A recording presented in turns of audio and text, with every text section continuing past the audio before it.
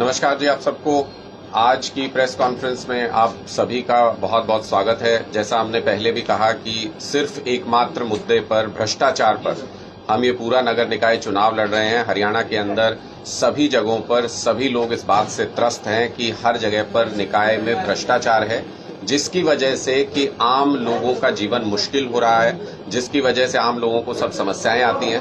और हम सिर्फ इसी मुद्दे पर ये पूरा नगर निकाय चुनाव लड़ रहे हैं। गोहाना में एक बहुत ही हैरान करने वाला मामला सामने आया है, जिसमें साफ साफ नजर आ रहा है कि भ्रष्टाचार हुआ है। और आज जिन्होंने भ्रष्टाचार किया है उन्होंने अपने मुंह से भी ये बात स्वीकार कर ली है। हम आपको एक वीडियो दिखाना चाहते हैं, जिसके बाद हम अपनी प्रेस कॉन्फ्रेंस को आगे बढ़ाएंगे ताकि आप समझ सकें कि कैसे ये भ्रष्टाचार हुआ है और किन लोगों ने किया है। आरटीआई का अधिकार सबके पास है, सूचना कोई भी मान सकता है। 5 साल तक 6 साल तक वो लोग कहाँ थे, उन्होंने क्यों आरटीआई से सूचना नहीं मांगी कि ये पैसा कहाँ लगा। और मैं भी उन लोगों से पुनः अपील करता हूँ कि 120 करोड़ तो नहीं लगे 100 करोड़, 20 करोड़ वो जमा और करा दें और 100 करोड़ का पाई का हिसाब ले लें। अगर वो एक पैसे का भी कहीं मुझे दोषी साबित कर दे रजनी को, मैं उसी दिन राजनीति से सलाह। ठीक है, रोक। और लगातार हमारी पार्टी आरोप भी लगाती रही कि गोहाना में नगर निकाय का जो काम हुआ उसमें एक एक काम को अगर आप देखें, डस्टबिन लाखों रुपए के, हजारों रुपए के पेड़ लगाए गए। वो आपने सुना होगा। यहाँ आपने राजू विरमानी जी बोल रहे थे, यहाँ आपने उनके मुंह से सुना कि उन्होंने कहा कि 122 करोड़ रुपए तो खर्च ही नहीं हुए और 100 करोड़ रुपए का वो हिसाब दे सकते हैं। इन दोनों बातों को बहुत ध्यान दीजिएगा। उन्होंने कहा 100 करोड़ रुपए का उनके पास हिसाब है और 122 करोड़ रुपए खर्च ही नहीं हुए। तो हम ये आरटीआई के यहाँ पर दिखा रहे हैं, जिसमें बहुत ही साफ साफ लिखा हुआ है कि 122.55 करोड़ रुपए की पेमेंट की गई है गोहाना नगर परिषद में। तो ये आप साफ साफ देख सकते हैं कि सिर्फ 100 करोड़ रुपए का हिसाब है विरमानी जी के पास और यहाँ 122 करोड़ रुपए से ज्यादा की पेमेंट हुई है। तो सीधे सीधे इसका मतलब 22 करोड़ रुपए का तो उनके पास हिसाब ही नहीं है। ये जनता का पैसा है, जिसका कि कोई हिसाब किताब आज के दिन में विरमानी जी के पास नहीं है। उन्होंने कहा कि अगर मेरी बात गलत साबित हो जाए तो मैं संन्यास ले लूंगा। तो हमारी उनसे आज अपील है और पहले अपील कर रहे हैं हम, उसके बाद हम अगर हमें उनका संन्यास लेने के लिए उनके घर तक भी जाना होगा तो हम जाएंगे। हम उनसे कहते हैं कि लोगों के पैसे के साथ और गबन करना बंद कीजिए, लोगों के पैसे की लूट बंद कीजिए। आज आपका कच्चा चिट्ठा जो है वो ये खुल करके सामने आ गया है। आपके पास 100 करोड़ का हिसाब है, आपने 122 करोड़ रुपए से ज्यादा खर्च किए हैं।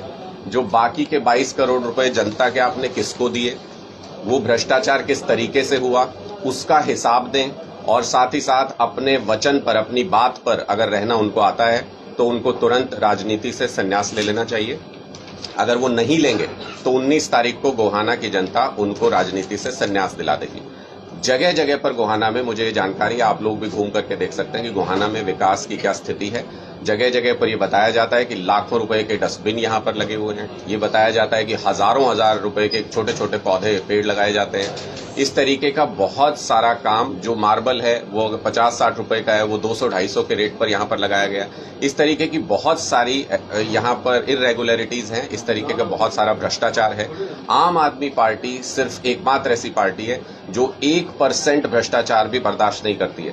पंजाब में हमारे एक मंत्री ने 1% भ्रष्टाचार करने की कोशिश की, हमने मंत्री को निकाल दिया, हमने मंत्री को जेल भेज दिया। आम आदमी पार्टी ये सुनिश्चित कर सकती है कि गोहाना में अगर 100 करोड़ रुपए, 120 करोड़ रुपए, जितना भी फंड आता है उसका एक एक पाई जनता के काम के लिए इस्तेमाल किया जा सके। इसलिए मैं गोहाना की जनता से ये अपील करना चाहता हूं आप सबके माध्यम से कि अगर भ्रष्टाचार को नगर निकाय से पूरी तरह से खत्म करना है, नगर परिषद से, तो फिर हमारे उम्मीदवार को वोट दें। और ये सिद्ध हैं, आज उनके मुंह से खुद ये तय हो गया। उन्होंने 100 करोड़ का हिसाब वो गोहाना की जनता को दे सकते हैं। खर्च हुआ है 122 करोड़ से ज्यादा, तो 22 करोड़ का हिसाब अब गोहाना की जनता को लेना है 19 तारीख को अपने वोट के तौर पर। ये 22 करोड़ रुपए जनता के जो है ये भ्रष्टाचार की भेंट चढ़ गए हैं और इसका हिसाब ही गोहाना की जनता करेगी। सर, इसमें लिखा हुआ है क्या क्या काम हुआ है इसमें? इसके डिटेल में, इसी आरटीआई में डिटेल में वो कौन कौन से काम है वो पूरा डिटेल है उसका, उसके डॉक्यूमेंट्स हैं, वो आप बाद में आपके साथ शेयर करेंगे। अभी आज हम इस पॉइंट पर उनका जवाब चाहते हैं कि वो 100 करोड़ रुपए का हिसाब देना चाहते हैं। 122 करोड़ रुपए खर्च हुआ है। ये 22 करोड़ कहां खर्च हुआ? उन्होंने अपने घर पे खर्च किया, अपने लोगों के साथ भ्रष्टाचार में लिप्त होकर उनको बांटे। ये 22 करोड़ रुपए कहां गए? गोहाना की जनता के पैसे का हिसाब दें। आपने जो बदतर हालत है गोहाना की वो देखी होगी। किसी भी तरीके से जो परिषद का पैसा है वो गोहाना में सही तरीके से इस्तेमाल नहीं हुआ। ये जानकारी हमारे पास भी है, आप भी पुख्ता कर सकते हैं, नहीं तो आने वाले समय में हम रिलीज भी करेंगे कि कैसे 50 रुपए की चीज 250 रुपए में खरीदी गई, कैसे कुछ 100 रुपए की चीज लाखों रुपए में खरीदी गई। जो डस्टबिन खरीदे गए थे लाखों रुपए के, वो कहाँ है? कूड़ा तो आज भी सड़क पर ही पड़ा हुआ है गोहाना के अंदर। तो ये बहुत सारी चीजें ऐसी हैं जिनसे साफ नजर आता है कि भ्रष्टाचार हुआ है।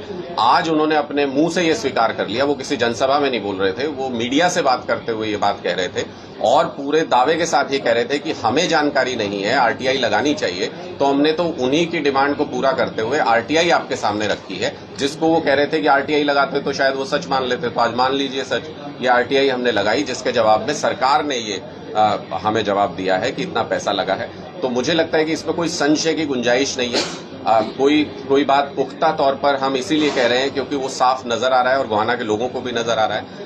और रेस से वो बाहर हैं, बौखलाहट नजर आ रही है कि किस तरीके से अगर हमने ये आरोप लगाया तो इसका जवाब देना और इस तरीके से देना, ये अपने आप में बताता है कि वो पूरी तरह से बौखलाए हुए हैं इस तरीके के आरोपों से और उनके पास अपनी सफाई में कहने को कुछ है नहीं।